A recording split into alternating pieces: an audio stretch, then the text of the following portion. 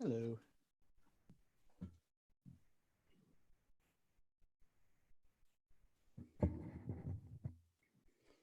Can you hear me okay?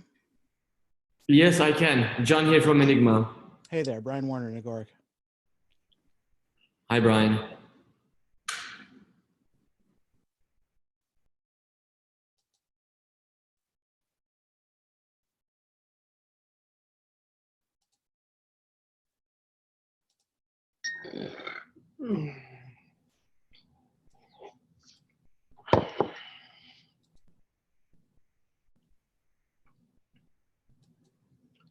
Good morning, Brian. Hello.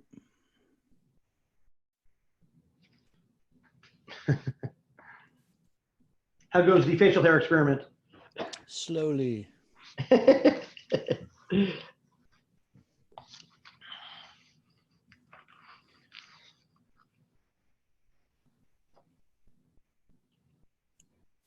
Oh, good morning.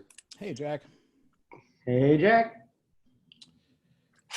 So, Jack, I sent you a couple of questions the other day in a Keybase. Yeah, yesterday. Just want to make sure those got through. Yeah, they did. I just have not gotten to them, and I'm sorry about that, Brian. No worries. No worries. Oh. We are swamped on other stuff, too.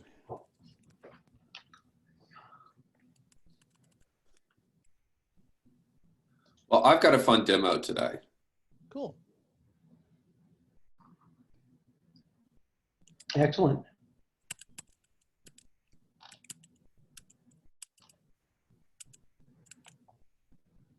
Hey guys, John from Enigma here. I just wanted to come say hi. Hey, how's it going, John? Welcome. Good. Thank you very much. First time I'm attending this call, so excited to see what these are about.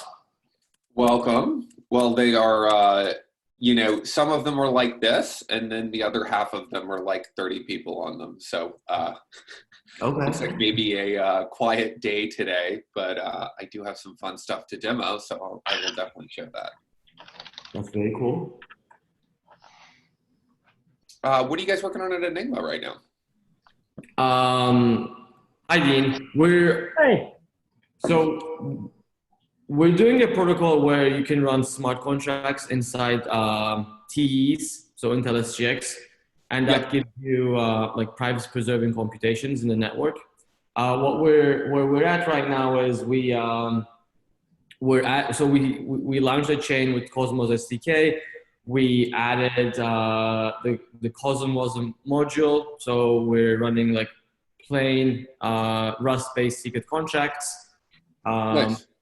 Recently launched a testnet about that, and then now we're trying to run Cosmos inside SGX. So that's going to probably be the next 2 months for us. Cool. That's awesome. Well, we will get you guys dynamic IBC by the time you're ready for it. So we're looking forward to it. Yeah, nice. Ooh, all right.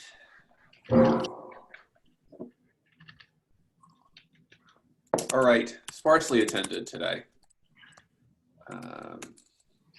Cozy meeting. Well, it's the virus. No, everyone's afraid to show their face.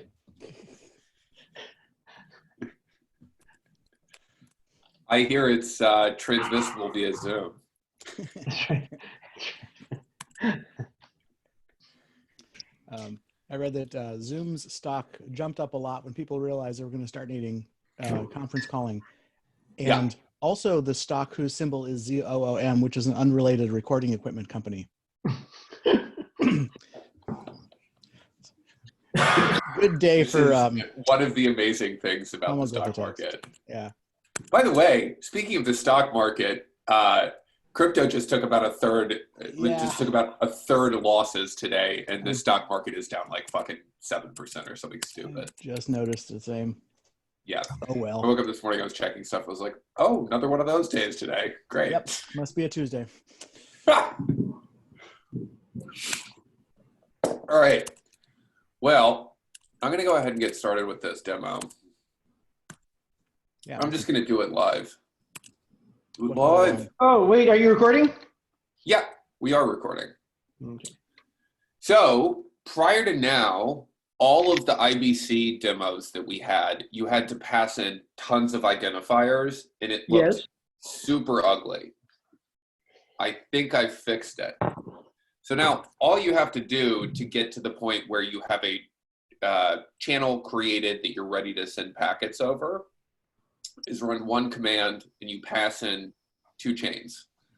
So the way we do that is all of the identifiers are stored in these paths, and I'm working on some code to dynamically generate those paths and stuff like that. So hopefully we can abstract most of these identifiers far away from the end users, which is great. And yeah, so I'll show you what that looks And like. is it in that path, like it says IB1 connection and those IDs, those are just any name you wanted, right? Yeah. It's not the name of something you look up somewhere. No, definitely not. These are whatever name you want, and then the program sort of looks for those primitives, ensures that they're created, and then creates them if they are not. And are those known to the chains ahead of time, or is that entirely coming from the relayer? Entirely coming from the relayer. Okay. I'm also gonna, like, one of the next thing I'm gonna do is like add the ability to generate a random path, and it'll just like make random bytes for each of those identifiers, and then append it to your paths. All right, so it's creating clients. And then also, before I kind of release this, I wanted to add much better logging here to kind of show you what's going on. Yeah. But it's going to create the connection here. We might see a couple errors, but it's just going to retry it. Yeah, that's a great example. We're going to get some human readable errors here.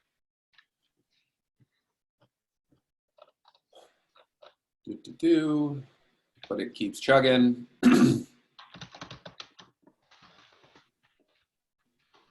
The update clients are in there as well. I'm just not logging any data about them because they're kind of uninteresting. Mm-hmm.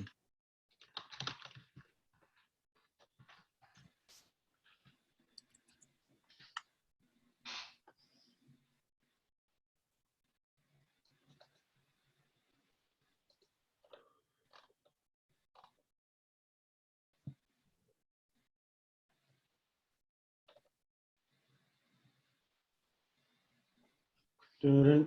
Oh, and here we get the channel open. Oh yeah. Mm-hmm.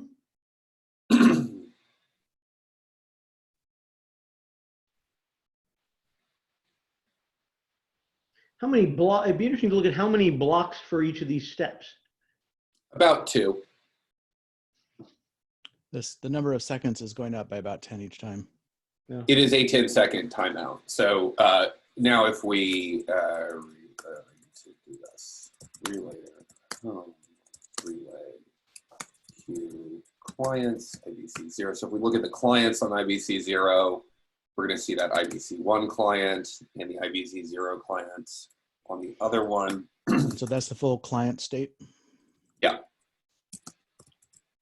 We look at the connections, we're seeing an open connection on IBC 0 and IBC 1. Mm-hmm. And then same for channel. Why does this have like voting power and proposer priority and that sort of stuff? It's On a the client? node chain. Oh, this is just data that's stored in the client state. Okay. So was that? I'm not applying any filtering here. Yeah. I'm just querying for the client state from the store, dumping it to JSON, and letting the users deal with it. A lot of these pieces are kind of meant to be debugging. In the final interface, I'm going to kind of push a lot of that away. Right. So My question was whether the light client needed to track all of that or not. That was my question. Yeah, there's been a bunch of discussions around that, and it's not like it's now in the internals of the relayer. So if we look at the interface now, I mean, the relayer doesn't know who the voting power currently is. Yeah, it does kind of need to. I think the clients need to track that data on the counterparty chains, and we're updating the clients throughout this process, and like everything's happening the way it should here. So now the transactions that are available to users are channel connection clients, and you're creating the pairs of each thing on the chain, or full path, which I'm totally open to renaming, which does everything for you. And that's kind of what we just ran. Yeah, I call it everything. and the interface there looks like this. So you just pass in the 2 chain IDs, and it searches through the paths that you have in your config file and gives you, by default, the first path that's configured that way. And then you can also choose an index if you have multiple paths for the same 2 chain IDs. So. And what does this do if there are 2 and one gets ahead of it? If there's a failure? Oh no, this is just doing the setup. This is not doing the packet relaying after setup, right? No, Aditya is working on the final packet relaying stuff. So while we're Chris is also helping him out there. Yeah. So while I was blocked on that, I decided to kind of do this big UX refactor to make it fabulous, much cleaner. Yeah. If you want the raw, and then the logging here is going to be extremely de minimis, especially for the kind of like production commands. It's just going to give you really basic information. Like if you look up here, I've got it giving you what the message action is, and then I'm going to do stuff like add what the identifiers it's creating for the clients, connections, and channels, and as a couple of key value pairs out here, and then probably the transaction hash, and that's all we're going to log. And errors like this, I'm going to map these code space errors to their appropriate human readable errors and then just print those out. Most of these are things like connection not found in state, where we've queried it a block or two too soon, and then on the next run of the relayer, it just picks it up and it's great. And yeah, and then if we look in the raw transactions, we have all of the raw transactions where you can pass in manually your own identifiers if you want. And that's to filter for just your stuff, you mean? No, this is for all the client and channel and connection setup. Oh, I see. Got it. Yeah. And for you guys, like the canonical mode that the relayer is going to run in is it's going to subscribe to the 2 chains, listen for events, and whenever new events come in, it's going to relay between the configured stuff. Once we get the these commands working, we're running into some codec issues and some other stuff here right now, but I think Aditya and Chris are going to have those cleaned up soon. I will finalize that interface, but yeah. Focus on user-friendly, focus on ease of kind of understanding here, and the ability to kind of like dig in and run anything from a like much more granular point of view if you need to. But yeah, so that's kind of the interface that I'm working on right now. And we got 2 new people since you first did that, the first most important line of the demo. So if you could do it again for them, that'd be totally awesome. But yeah, we'll just run it again. You're hearing Luigi? It's awesome. Yeah, so now I guess what I was saying is that there's one command that looks like this that sets up everything you need to send data over an IBC connection. And it's got pretty good errors, pretty good resiliency in the face of like existing primitives of the same names and things like that. And it will just try to reuse as much as it can and create the things that it doesn't. So first here, we're creating light clients for each chain. And then we are running the actual transactions down here. So the first ones are creation of the clients themselves. So this is the state of each chain on the counterparty chain. And then we're running the various connection messages here. Obviously, more logging is going to be added here, and this is definitely work in progress, but you know, the core functionality is like pretty solid at this point. This is part of the relayer. This is the relayer, yes. Yes, this is the command to do, the relayer is now doing all of the steps of negotiation, end to end, setting up the client, the connection, the channels to get the world started. Yeah. So it's yeah, it's Cool. now right, this tool it has a relayer, but in some sense, more importantly, this is orchestrating the invocations on either end to set up the bidirectional channel. Right? Yep.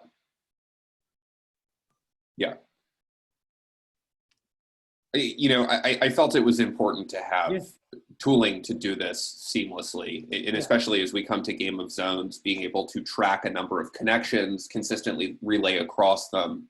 I think this better tooling is going to make the competition a lot more fun too. So hopefully we see a bit more of that.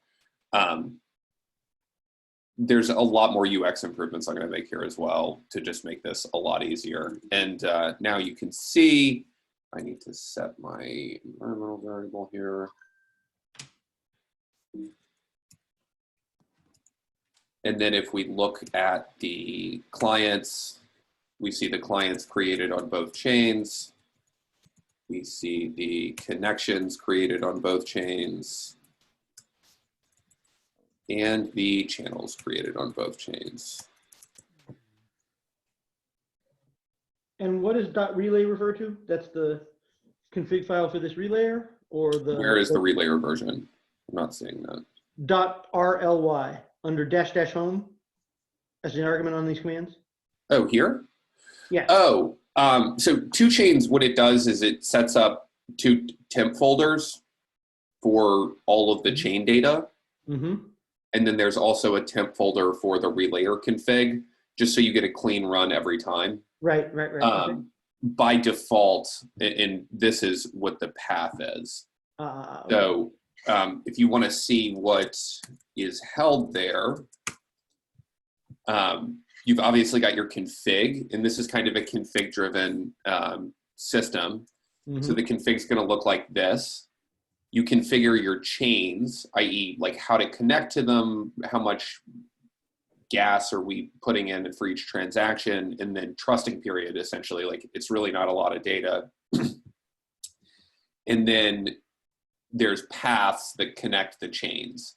And what these commands do is when you say full path IBC0, IBC1, it checks to see if we've got chain IBC0 configured and chain IBC1 configured, and then finds the path between them that we have configured. It ensures that clients with these IDs on the appropriate chains are created, connections with these IDs on the appropriate clients are created, and channels and ports and so on. Mm-hmm.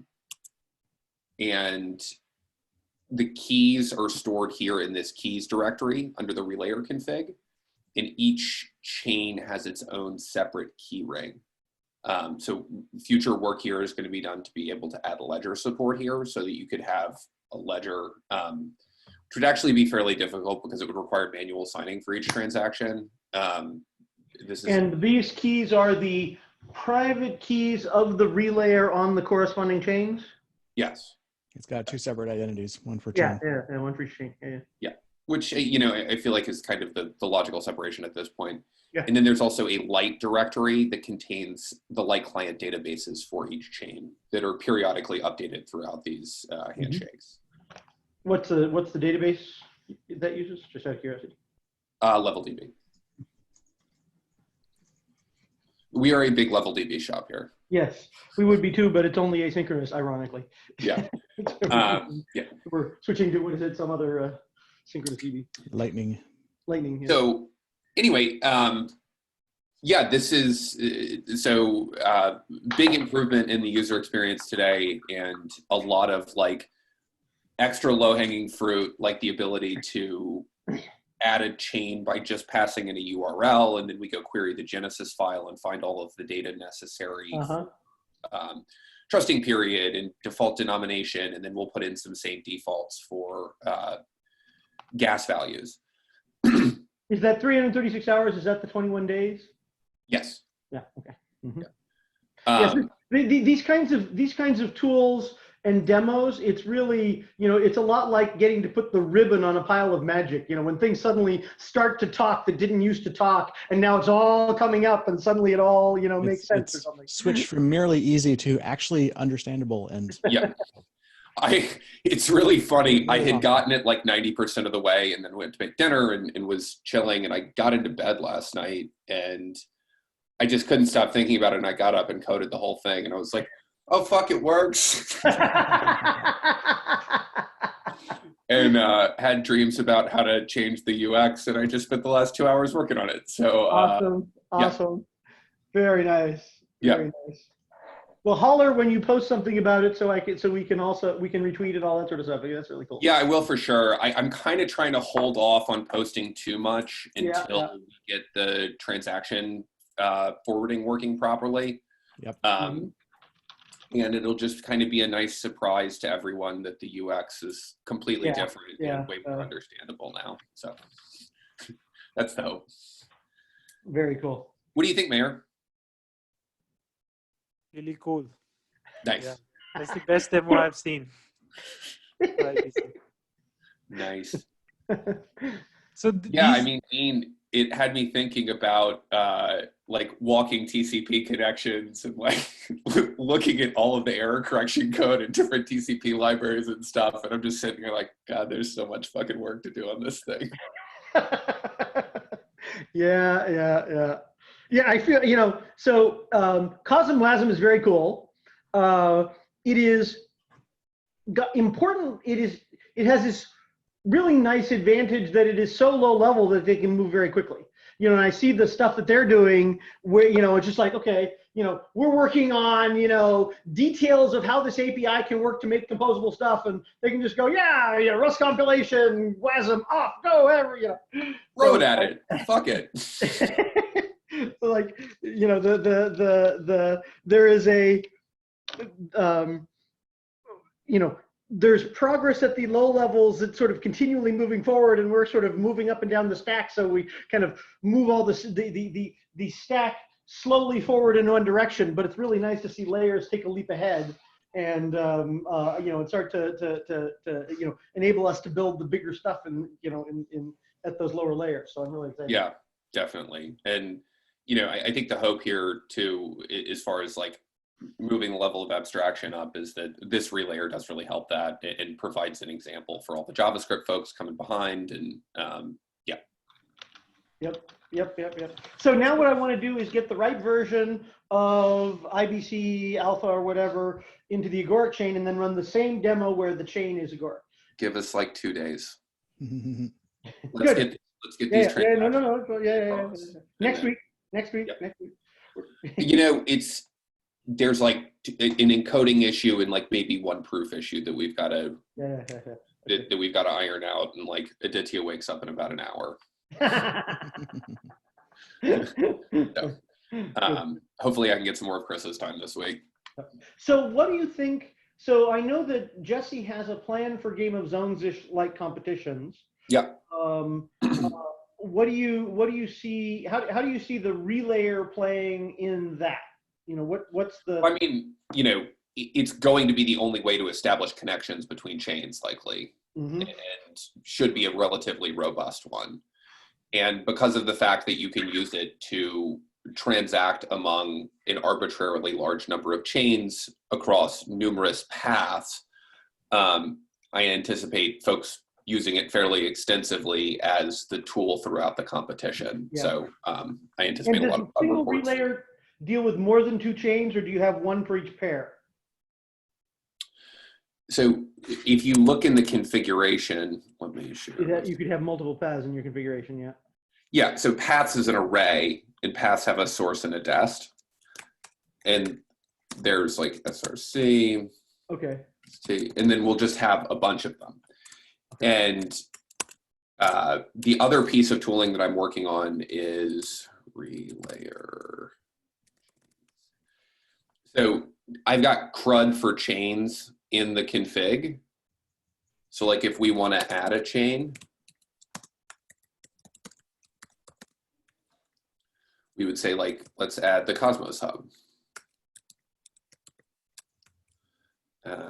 The local key we have is, we'll just call it test key. And then let's just copy this. Cosmos 2000.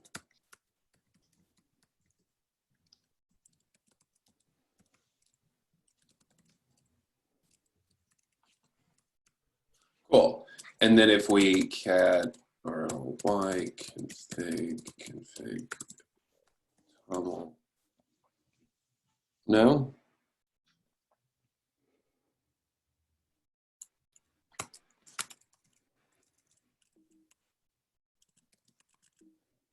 Config YAML, sorry. We'll see the Cosmos Hub chain added there. Now, a lot of this data can be populated from a Genesis file or other places. So I'm going to add some more affordances for like adding chains here. And you can track arbitrarily many chains, and each of the commands really kind of runs on a pair of chains.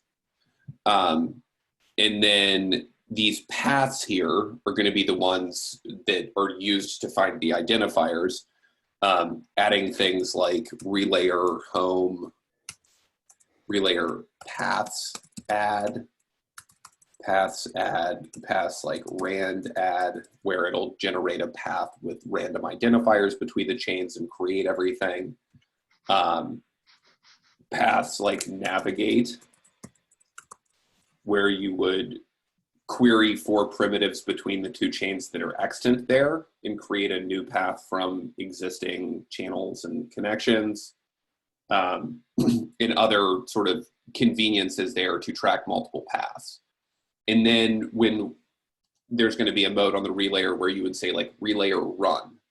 And what it's going to do is it's going to look at each of these paths, open WebSocket connections to all of the chains associated with those paths, and then begin to relay packets between them, the new ones. And I also think we've got to have it when it starts up, it's going to clear the queues as well. So that's a lot of words. Mm-hmm. But did that make sense? Mm-hmm. Cool. Mm-hmm.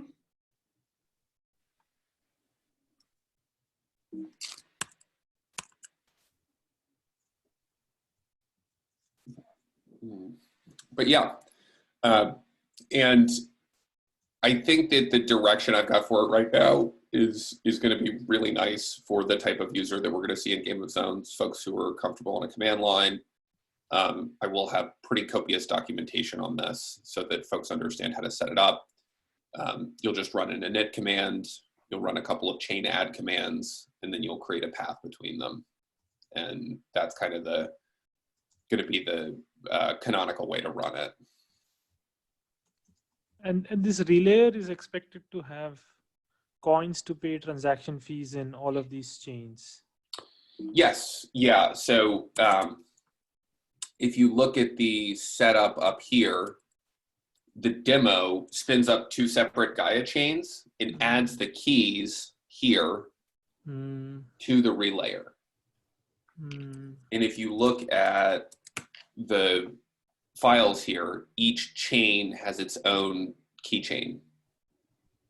And there's key management commands here.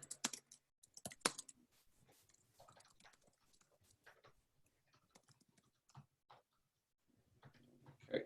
Well, I will get that fixed. But there are key management commands here. Don't know how that broke. Okay, that's an amino issue. Aditya made some codec changes yesterday that I didn't fully test. But yeah, so Mayor, the same way you would manage keys in Gaia CLI, you will be able to manage keys in the relayer, but for each chain.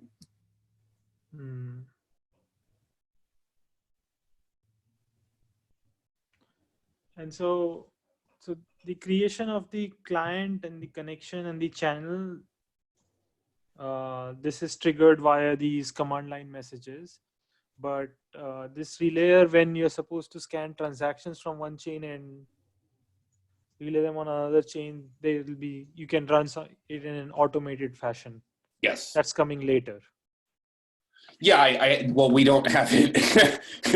Yeah. We haven't successfully relayed messages yet, so I haven't been able to build that out. But I know exactly what it's going to look like, and I'm working on it later this week.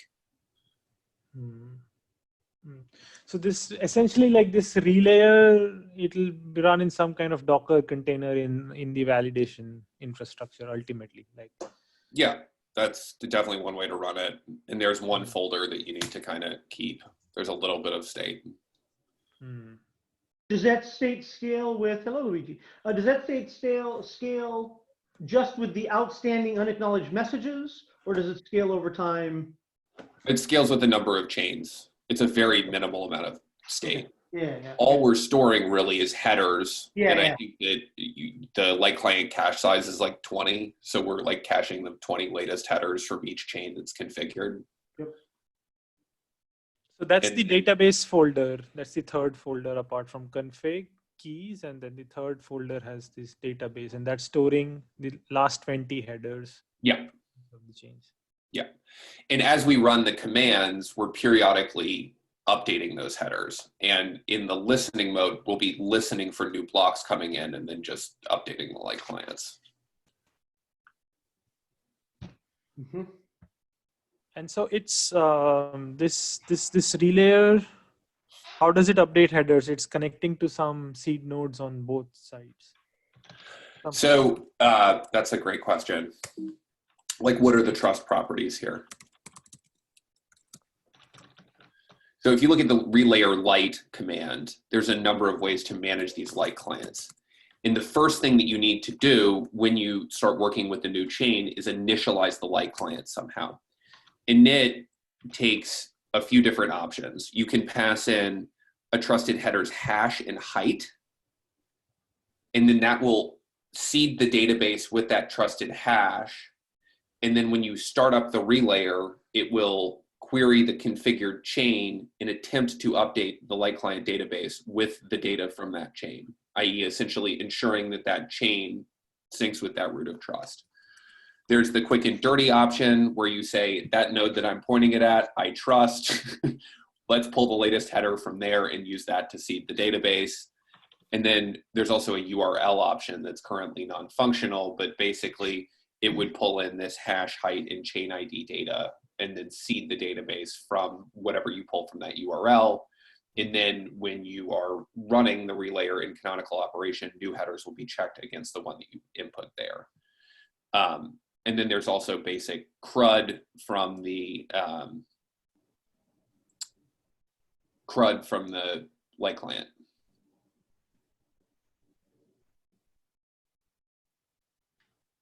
Does that make sense, Mayor? Yeah. Cool, great. Could you go at the directory structure again? Pardon? The directory structure that you showed, the config, keys, and yeah.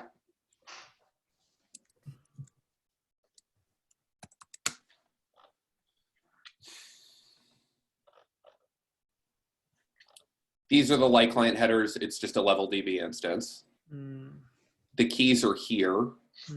Currently, we're just using the file backend. You could do work to incorporate other backends here.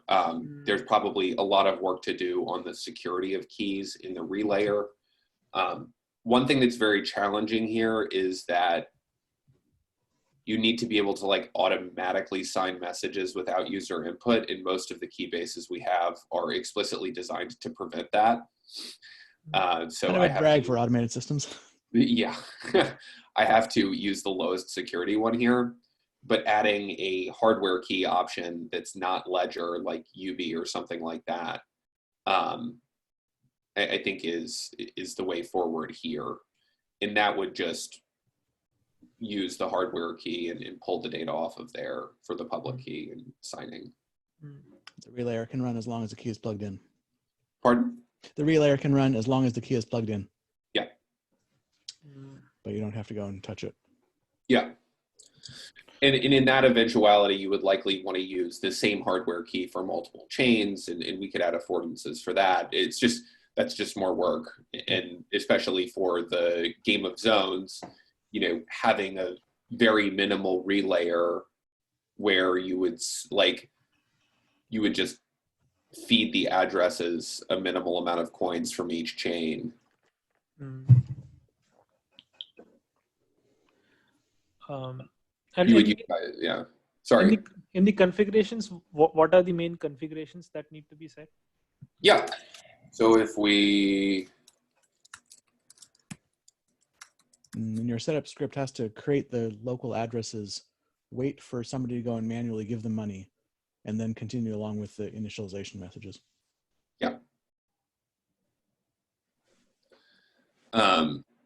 Or you have seed phrases that you add to the relayer when you start it up, and that's another way to do it. Yep. I've tried to make the configuration flexible and allow multiple different modes of operation here. So, Mayor, to your question, there's some global config. Strategy currently isn't wired up, neither is timeout, but light cache size is used. Strategy here means what? Retrial strategy? No, strategy here is meant to be, there's like, if you have a connection between two chains, do you want to relay all messages across it? Do you want to relay a subset of messages across it? There's going to be different ways to do that. How frequently do we want to do it? And my idea was that we would have an interface for those functions that do that generate the relay messages, and you would be able to switch between them in the config. That's still planned. I just haven't gotten a chance to implement it yet. Timeout, pretty self-explanatory, timeout between runs, cache size. But then really the bulk of the relayer configuration is in this chains and paths. Chains is an array of this chain config object that has everything you need to send transactions to and connect to a given chain. And a lot of the methods within the relayer are defined on this primitive here. So we read that data in, and then you can just do all kinds of stuff. The other piece of it is, for all of these IBC methods, you need to know a number of identifiers. And you have a path between a source and a destination chain, or a chain and a counterparty chain, however you want to look at it.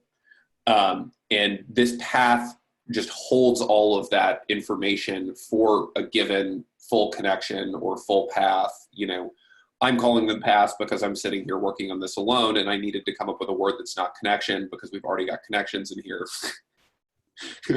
Open to more ideas, but this is everything you need to send message data over top of IBC between two chains. And the relayer basically is going to tell you to specify which of those you want to relay over. And there will be methods for generating those paths as well, as there are chains.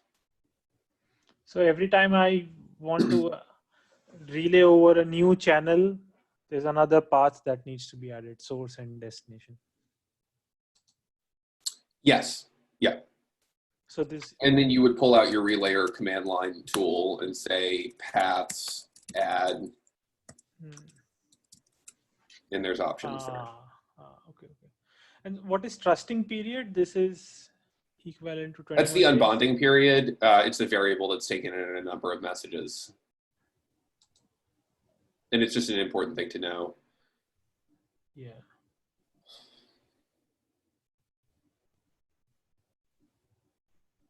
Cool. Yeah. Yeah. Yeah. This is really cool. Yeah. I think that my biggest hope in writing this thing is that it makes IBC a bit more understandable, and having a working example that's like pretty easy to dig through should show everyone sort of how the whole thing works. Yeah, that's so huge. Yeah, I definitely agree on that.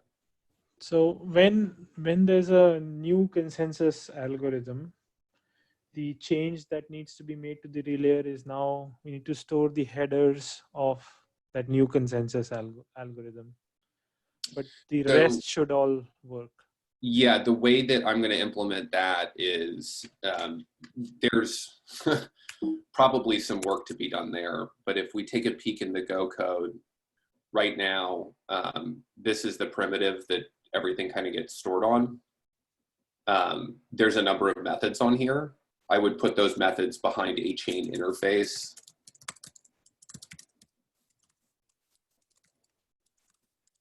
Yeah. What was the question? Oh, how do we do multiple consensus types? And then this chain implementation would change to something like Tendermint chain. Got it, yes.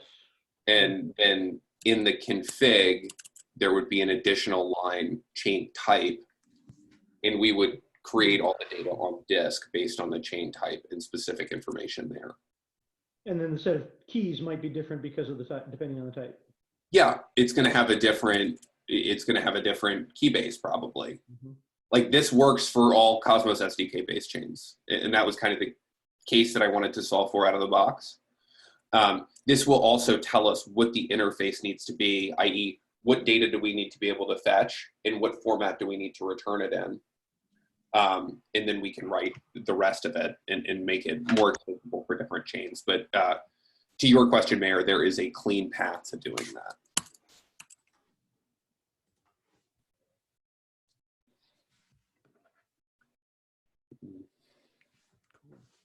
Yeah, we will be running this program in Game of Zones, right? Oh, yeah. Yeah. Yeah, hopefully everyone has fun with it in Game of Zones. I'm designing it so that it's easy to use so that people can have all kinds of fun with it. Yeah. Yeah. And presumably, like if you want to attack the Game of Zones in some way, you have to modify this relayer code so that it relays. You might not even need to modify it. It's pretty good at spitting out high volumes of transactions. Well, if you want to produce, replay the same transaction again, play an old one, do them out of order. Yeah. Yeah. Not DOS attack is that's the easy form. Yes, definitely. But as far as different packet attacks and different message attacks, I would love to add affordances for those. And as we get the transfer fully working, please point out where that is needed, and we will modify the relayer to be as hacky as possible so that people can fuck around with it. Might have something where as it's about to send out each message, it sort of dumps it to standard out and then has a mode where you can paste in a modified copy of that to go and send out a variant form of it. I'm thinking like the web development tools that run on the browser side that let you intercept your HTTP posts and stuff and modify them before they get sent out. Oh, that's cool. I think HTTP Fox was one of the plugins that lets you. Well, there could be a listen mode where instead of taking action on transactions, it's just dumping them to a file in JSON format. That would be really easy to build in at this point. Yeah. I like that idea a lot, Brian. I will implement that. And especially something where right, you have one process doing that, and every time it receives a packet and it's about to do something, instead of actually sending it, it dumps it to a file. And then you have a second command where you point it at the file and it sends the thing from the file. And then before, so you wait for the first one to decide it wants to send something, you look at the file, you edit it, and then you run the second command manually, which then grabs it from the file and sends it up to the chain. So that as the developer, all you're doing is like editing a file and push and go in order to do that mutate before send loop. I think we could do that pretty easily.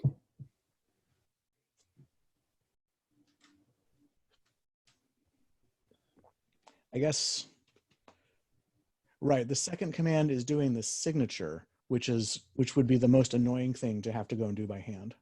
Yeah. You kind of want the person doing that editing to edit the source code of the message. Yeah.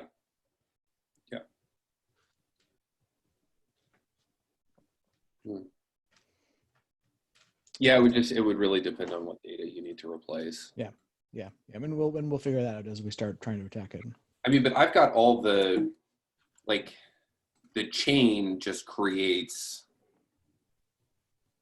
really raw messages, and then we can dump those messages and go modify them however.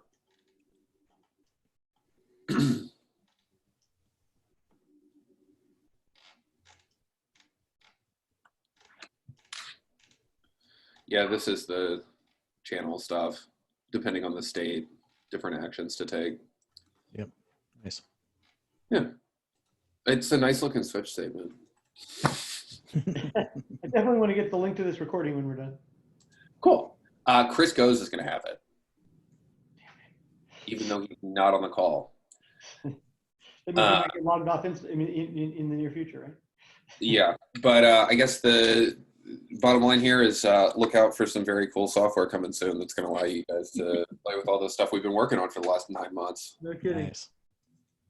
No kidding. Awesome. Well, any other questions before we run here? I have a question.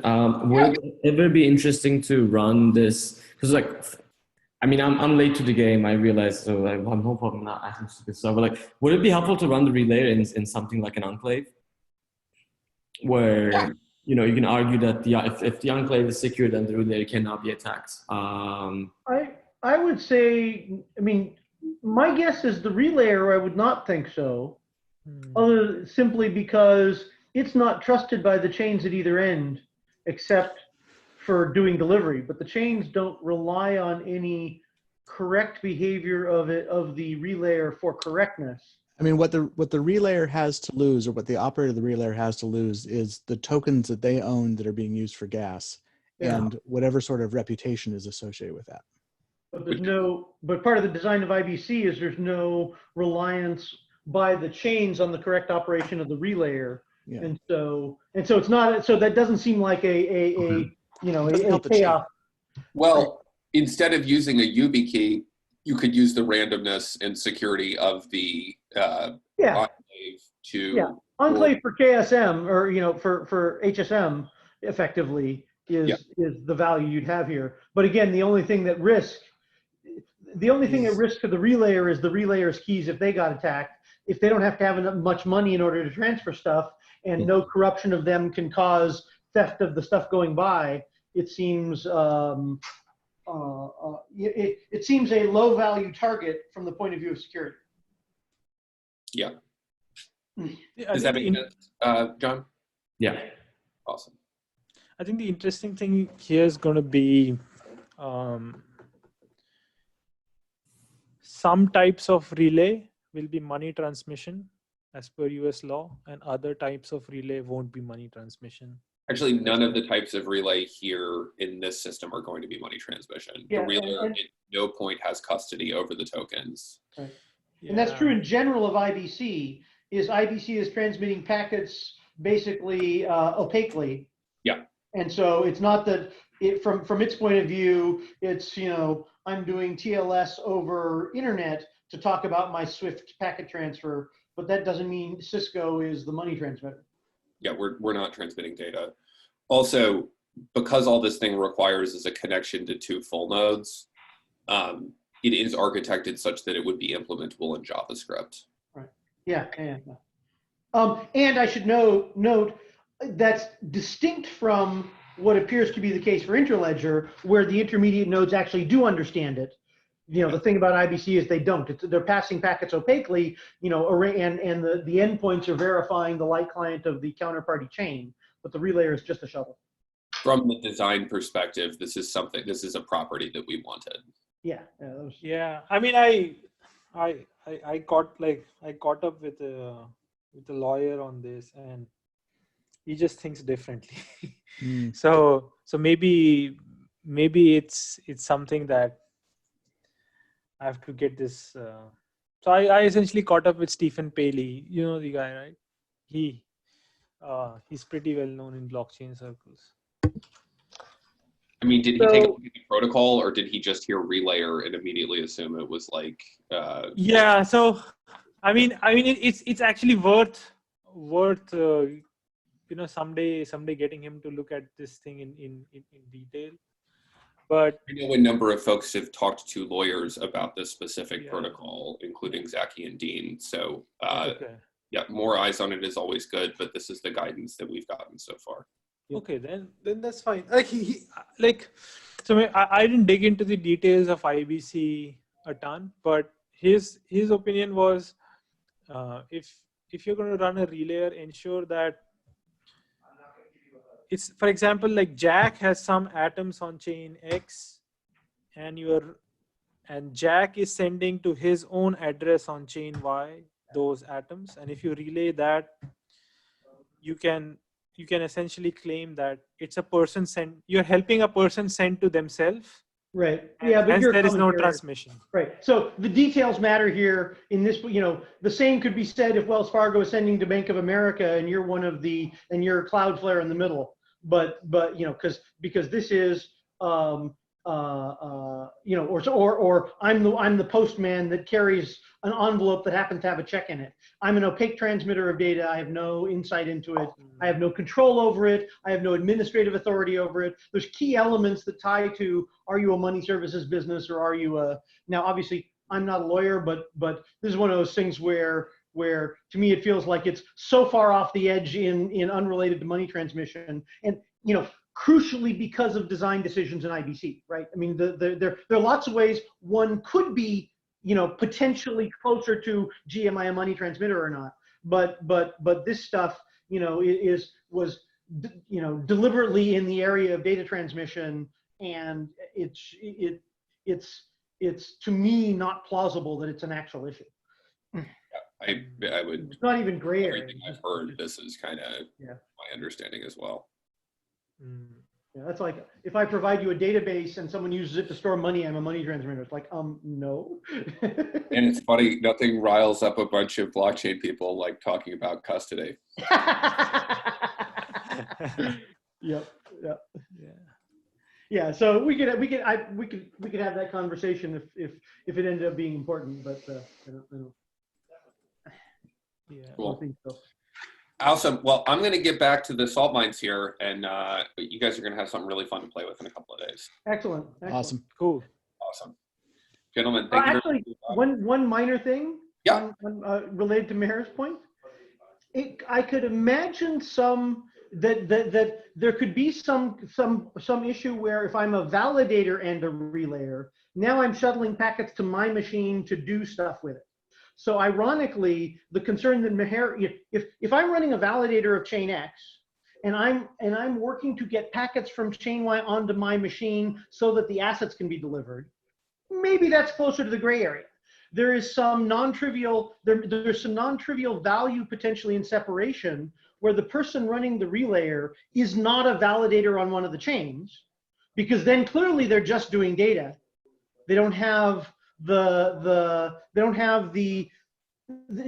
on chain you have the unencoded packet where you're looking at, you know, at fungible transfer or non-fungible transfer, slashing or whatever.